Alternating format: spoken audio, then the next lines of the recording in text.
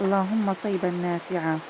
اللهم ارزقنا رزقا واسعا حلالا طيبا من غير كد، واستجب دعاءنا من غير رد، ونعوذ بك من الفضيحتين الفقر والدين.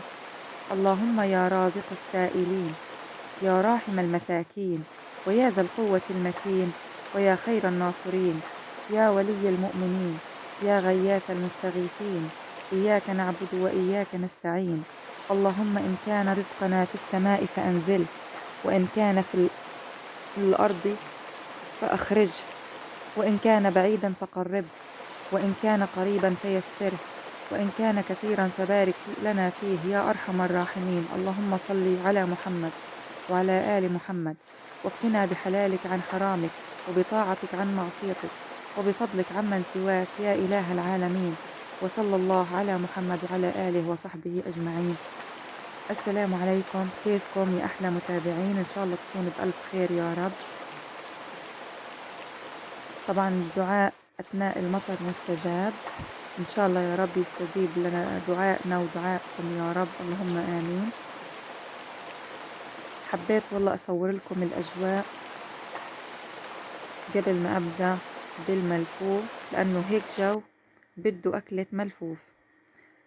طبعا هنا أنا حطيت مية بالطنجرة وحطيت فيها ملح، حطها على الغاز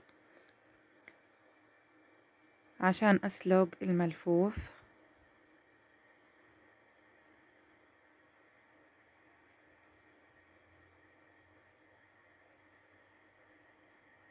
طبعا بالطريقة هذه بقى أعملها بالسكينة، بس ما بشيلش اللي في النص، هذه القرمية اللي في النص ما بشيلهاش عشان أمسكها منها، بس إنه بحاول إني أدخل السكينة عشان الورق ينفك بسهولة أول ما ينسلق.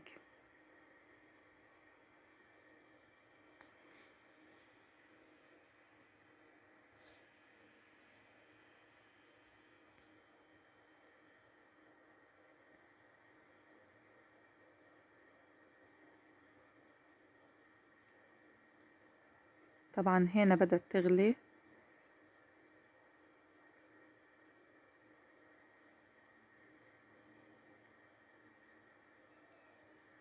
أثناء ما بسلق الملفوف بدي أجهز للخلطة عشان ما ضيعش وقت. طبعا بفرم في البصل مربعات،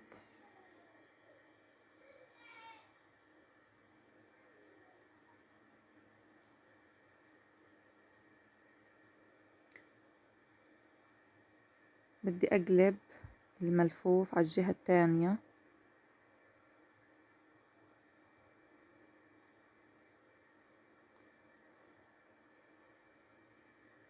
بتمنى منكم فضلا وليس أمرا تشتركوا في القناة وتفعلوا الجرس ليصلكوا كل جديد،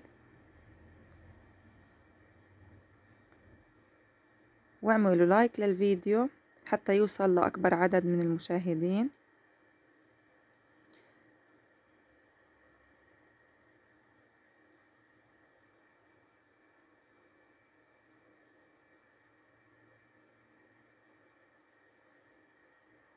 بدي أشيل الورقات اللي انسلقوا.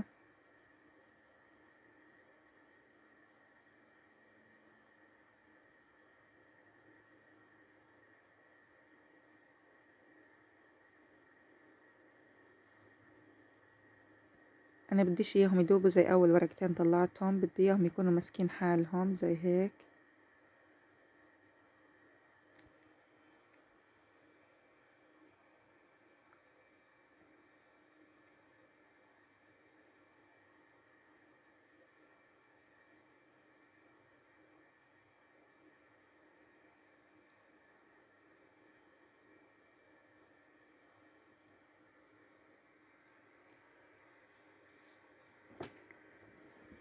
طبعا غسلت البقدونس، بدي أشيل أطرافه بس وبقى فرمه زي ما انتوا شايفين.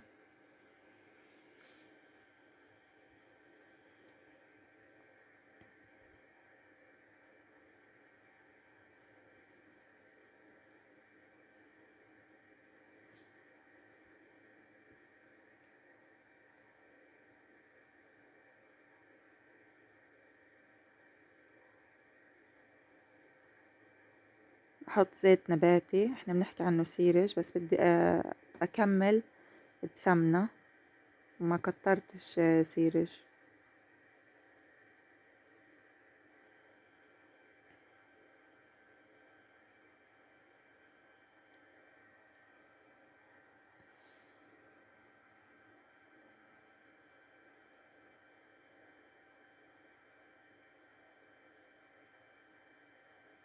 أحط البصلة وأقلبها.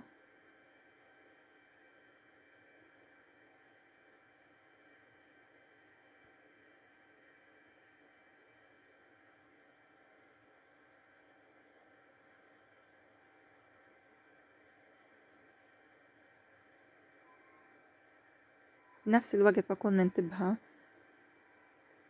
لراس الملفوف اللي بنسلق. طبعا بقصهمش على الآخر لأنه بدي إياه قلب الملفوفة هذه، إحنا بنسميها الجاجة، ما بعرف انتو شو بتسموها. فبنحشيها.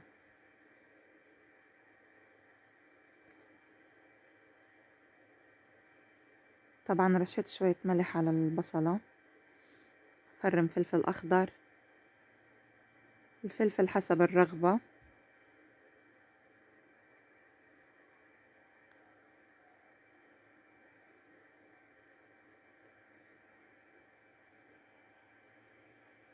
الملفوف كتير زاكي في الشتاء.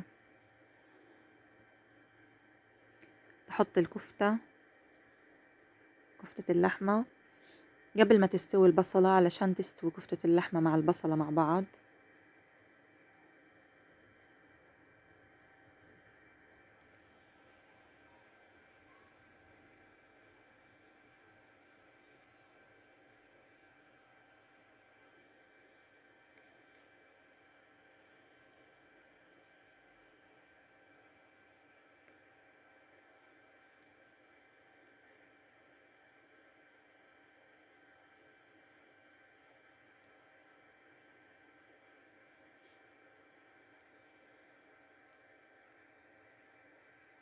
خلصت من سلق الراس الأولى، هيني حطيت الثانية.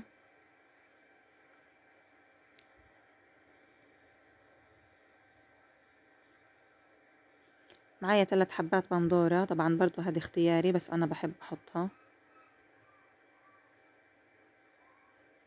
بس طبعا بتأثرش على لون الخلطة. نقلبهم مع بعض.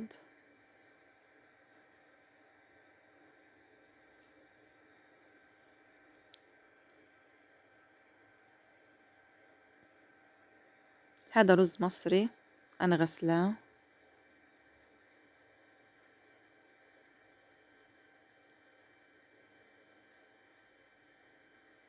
أنا بس غسلته ما بنقعوش.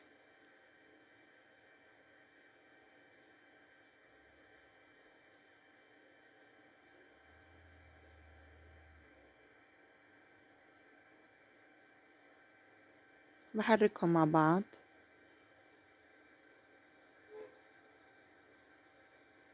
طبعا أنا هلقيت هحط البقدونس، بعد ما أحط البقدونس بأطفي عليه.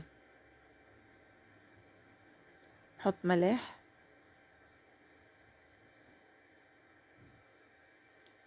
فلفل أسمر،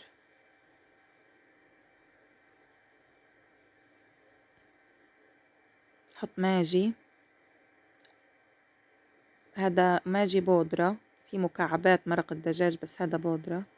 حطيت كمون وبهار بني اللي هو بهار الطبيخ.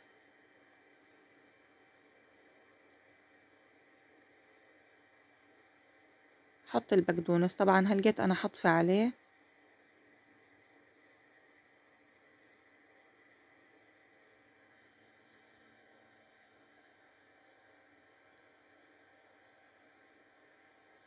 لو وصلتوا لحد هنا من الفيديو حطوا لايك.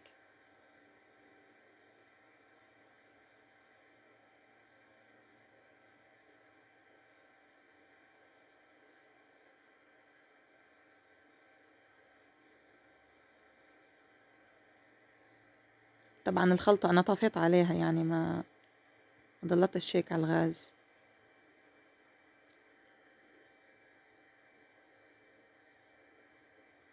بدي بس أشيل الورقات اللي انسلقوا، بعد هيك أقلب الخلطة مع بعض.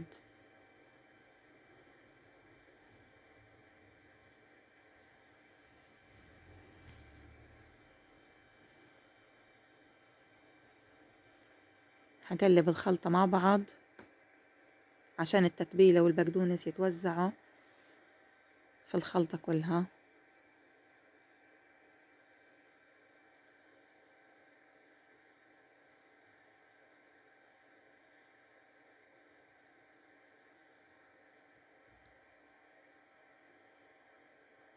بتمنى منكم تحطوا لايك وتكتبوا لي تعليق حتى أتشجع وأنزل فيديوهات تانية. طبعا في نفس الوقت بعد ما خلصت الخلطة وأنا بسلق في الراس التانية، بستغل الوقت بقطع ورق الملفوف. طبعا بشيل الجزء اللي بنشال اللي هي العصبة وبألفها.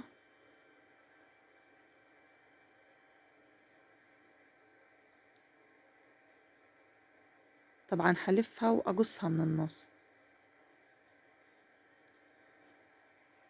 بدل ما أقعد أقطع في الورقة لأجزاء، هيك أسهل. هفرجيكم، قربت لكم لوح التقطيع عشان تشوفوا كيف. طبعا بحط حشوة وبألفها. ورقة الملفوف أنا قصيتها بس نصين، بلفها بالشكل هذا وبقصها بالسكينة من النص زي ما انتوا شايفين.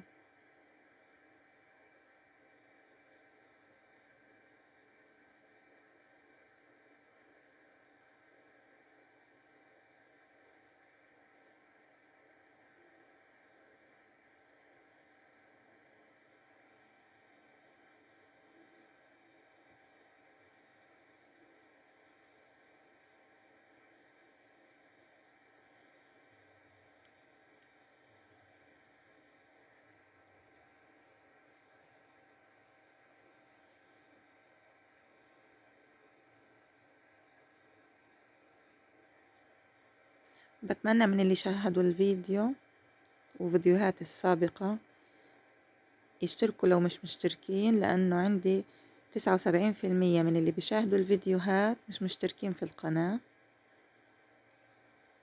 لو ما بتعرفوا تشتركوا، في كلمة اشتراك باللون الأحمر أسفل الفيديو، اضغطوا عليها.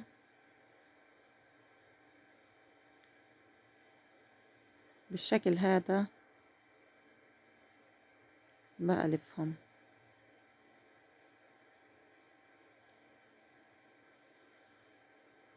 طبعا كنتوا بتلفوا بتنتبهوا انه العصب الخميل بكون جوا، الوجه الناعم برا. طبعا هذا للمبتدئات الكلام. حطيت من عصب الملفوف اللي انا شلته قلية في قاع الطنجرة، وبصفت الملفوف. انا خلصت كل الكمية خارج التصوير، خلصت كل لف الملفوف. طبعا انا لما لفيت حطيت الورقات الخضر على جنب عشان احطهم تحت في قاع الطنجرة،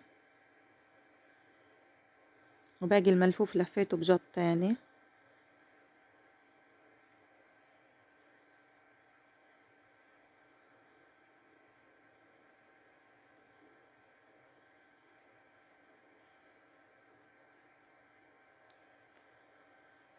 بحاول ارتبهم بطريقة انه ما يكونش فراغات بيناتهم.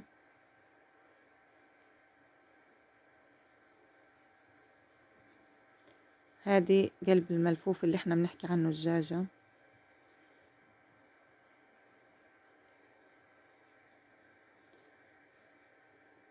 لو لها اسم تاني عندكم احكولي في التعليقات. طبعا بحط ملح،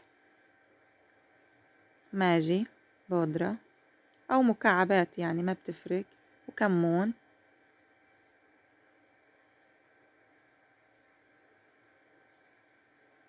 زودت كمون. بحط صحن وبحط المية. طبعا الصحن حخليه مش حشيله هالقيت، بعد ما يغلي بقى شيله، بعد ما يغلي وقريب ما بده يتشرب المية، لأنه ما بديش الرز يطلع برا، فبكون هيك مضغوط. طبعا حغطي الطنجرة والنار لحتى الآن حتكون عالية. أول ما يغلي بوطي النار بخليها هادية.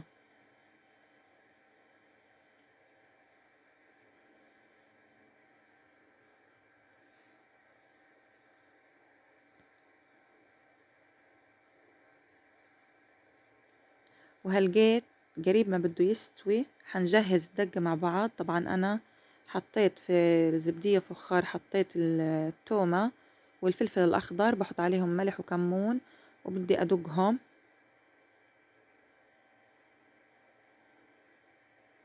هنا غيرت الزبدية الفخار لأنه هذه أوسع عشان أقدر أدقهم منيح. طبعا هذه الحركة قريب ما بده يستوي، مش بعد ما يستوي، قبل ما يستوي بشوي بنعمل هاي الحركة. بحط عصير الليمون،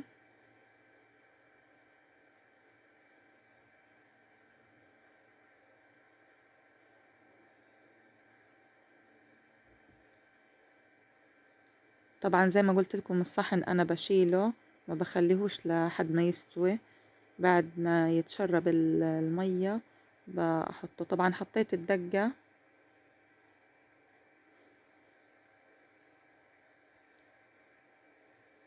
حخليهم مع بعض بعد ما يستوي تماما برجع لكم إن شاء الله.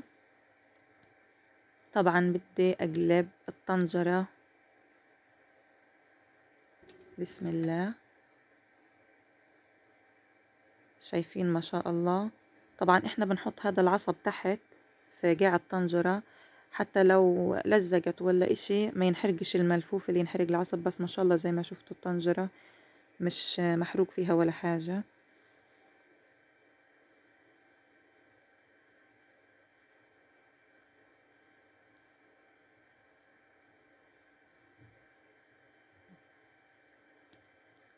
شايفين كل حبة بحبتها نفس اللفة اللي لفيتها، يعني ما تحرك من مكانه.